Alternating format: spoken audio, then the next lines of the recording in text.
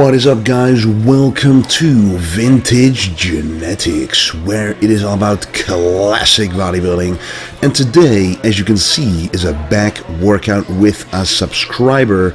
And this is a special one because, well, first of all, we're doing a full classic back workout with only classic exercises. But the person who is training with me actually donated money to a children's cancer fund, an organization, and I was there enrolled as a participant for that event to which people could donate, and the highest bidder was able to train with me. And there was a lot more of that stuff going on with different bodybuilders, but I was just one of them. So that was pretty cool to be able to be a part of that, and this is the training that corresponds to that very event. So anyway, he had to actually drive 2 full hours to this gym, so we definitely did bump it up a notch during this training. We went very heavy, full range of motion, and he actually trains pretty good. You can tell that he's really been working out real good. He actually watches my videos as well and learns a lot from it. Always very nice to hear. But as you can see, we are starting out with the lat pull down, one of my favorite exercises for not only back width but mostly back thickness nowadays. As you guys know, my weak point is back thickness, and doing the lat pull down behind the neck will emphasize trap and upper back development over the lat width. If you do it in front of your head, it will be lat width first and then the thickness. So I want to work on the thickness, so I pull it behind my head. And his name is Sjors, by the way, and he's pulling the bar quite far behind his neck, which is actually the right way to do it. You got to be quite flexible to do that, and when you do that, you actually contract the shoulder blades optimally. So if you can, try to do it that way for sure.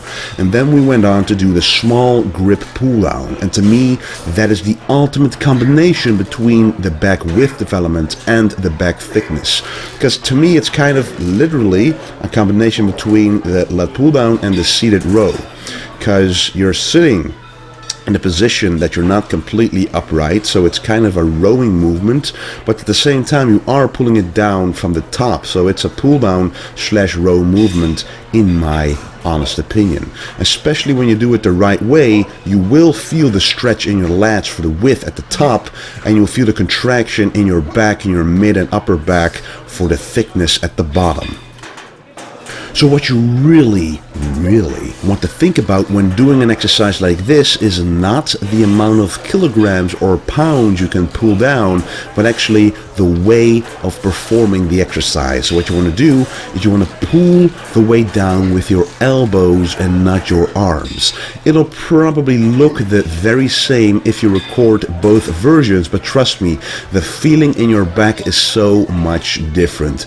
That, you guys, is what mind-muscle connection is all about. Something that Arnold was very famous for.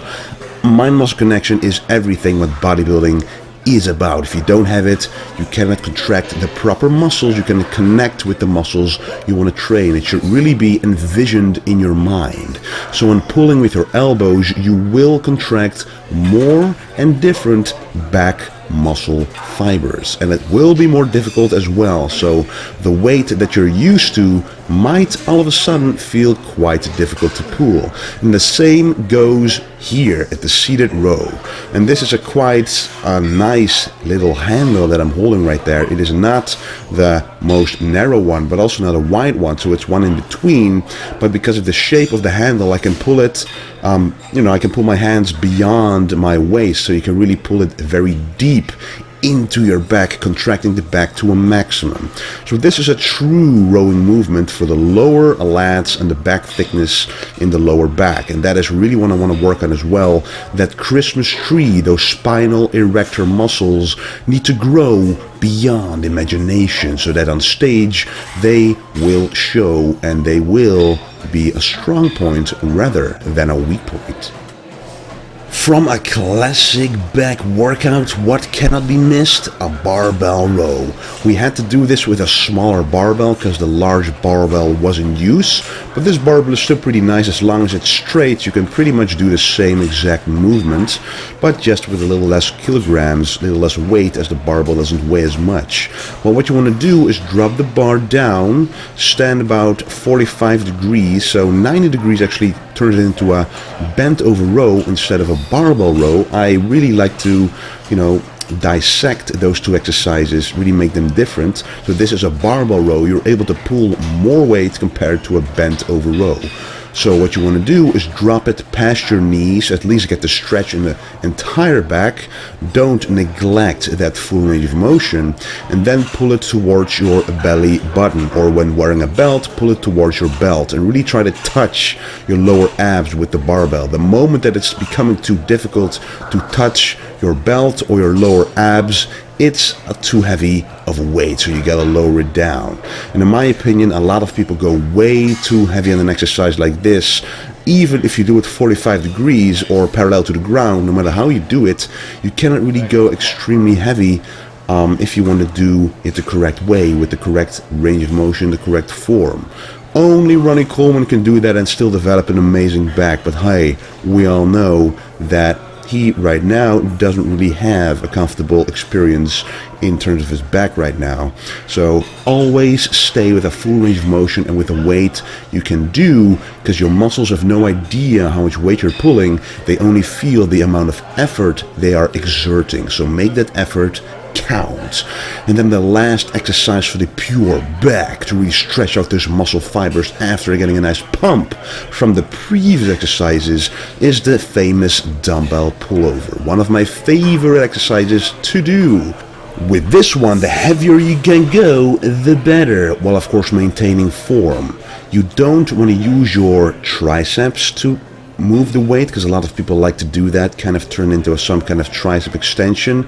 You really want to move only the dumbbell and keep your arms locked in position. That way you force your back to do all the work, your serratus to do all the work, which are the muscles that look like rib cage muscles attached to your lats, making your front lats thicker. But this also is very good for back width, because you really pull apart those muscle fibers when you're stretching at the bottom, which is why I tell you to go as heavy as possible as you can go, to pull apart those muscle fibers to the maximum of their ability, to rip them apart so they can resurrect again for the next workout, just a little bit bigger, just a little bit stronger. That is what bodybuilding is all about.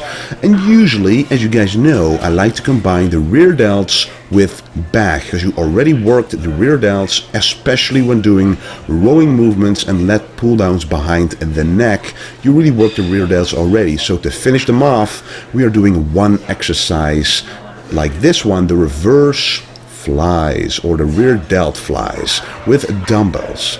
And I like to do a lot of volume with this, because if you go too heavy, you will simply make it some kind of a shrug, using your traps too much.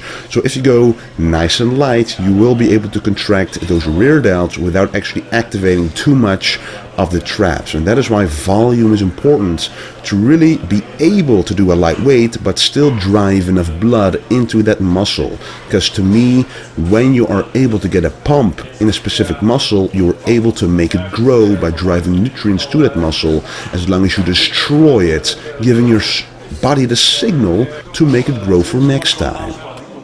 So basically what I'm doing here is I'm explaining how we used to do a barbell curl, and that I didn't go all the way up in the past. I did of course develop pretty good bicep with it, but if you want to maximize your potential, if you want to maximize the effect of every single workout, you got to know how to most effectively, most efficiently perform an exercise. And in my opinion, this is the way for barbell curls. So you go all the way down, stretching the biceps. So this is the most important part.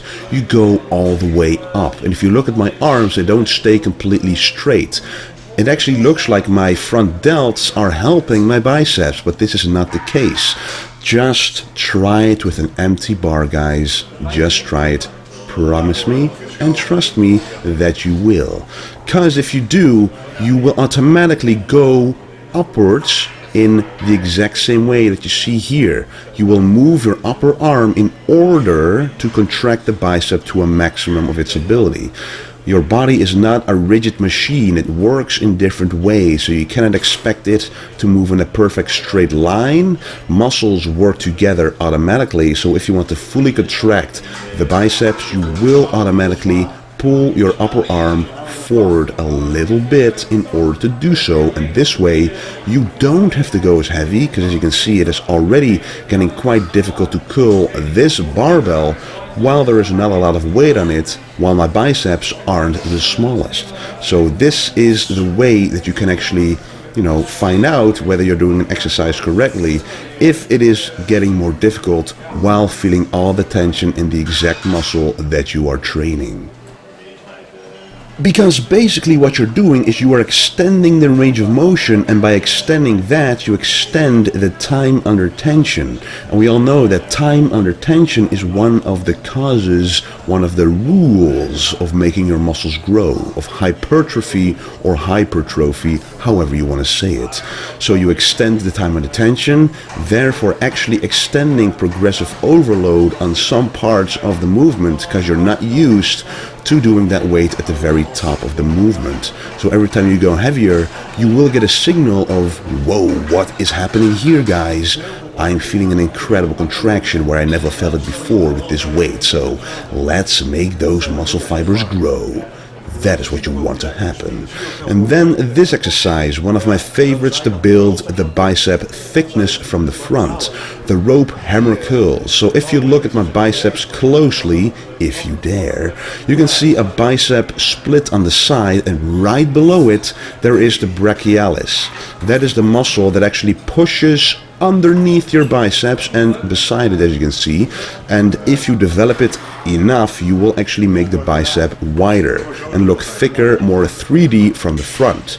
And even when doing a back double biceps, the details on your biceps, on your arms, will be that much greater. So to me, if you have thin biceps, you should do hammer curls or these rope hammer curls. And the difference between regular hammer curls and these is the tension is completely different. I actually prefer these curls because the tension at the top is that much stronger. And you can also pick an exact weight that you want. Sometimes with hammer curls you kind of cheat a little bit, trying to get the weight up, and the tension disappears from the biceps. But here, as you can see, if you look closely once again, you can see that the biceps don't lose tension at all, which is what you want, guys. As I just said, time under tension is very important. Destroying those muscles at every inch of the movement, of the range of motion. And I actually in the past used to hurt my biceps because I was able to do a lot of weight with hammer curls, so I went to about 30 kilograms and it went pretty easily, but with one single silly mistake of turning your hands outwards or inwards just a little bit too much, you kinda set yourself up for injury, and I did, and for months I felt that injury nagging me for every bicep and back training. So I will not risk that again, so only with the rope hammer curls I can go pretty heavy. And of course we finish off with a concentration curl.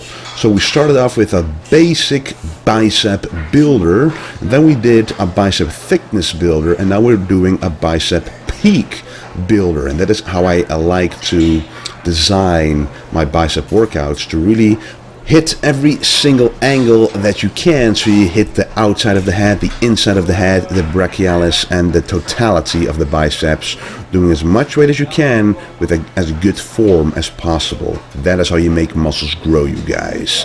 So the concentration curl really builds the peak. What you want to do is keep your arm pretty much straight, and when pulling, when curling, you want to curl that dumbbell to the other arm, to the shoulder of the other arm, and that way you automatically build up that peak. Anyway, guys, this was the training of today, and don't forget there is a Christmas sale going on vintagegenetics.com. So if you are interested, use the code Xmas15 for 15% off of every single item on the store, and also every single red colored item including the red t-shirts and the Bordeaux hoodie that I was wearing in this video, is automatically €5 off, and on top of that you can stack that XMUS15 code for 15% off. So if you are interested in vintage genetics clothing, try it out, use the codes and enjoy your VG gear. Anyway guys, thank you for watching, and do not forget to stay golden.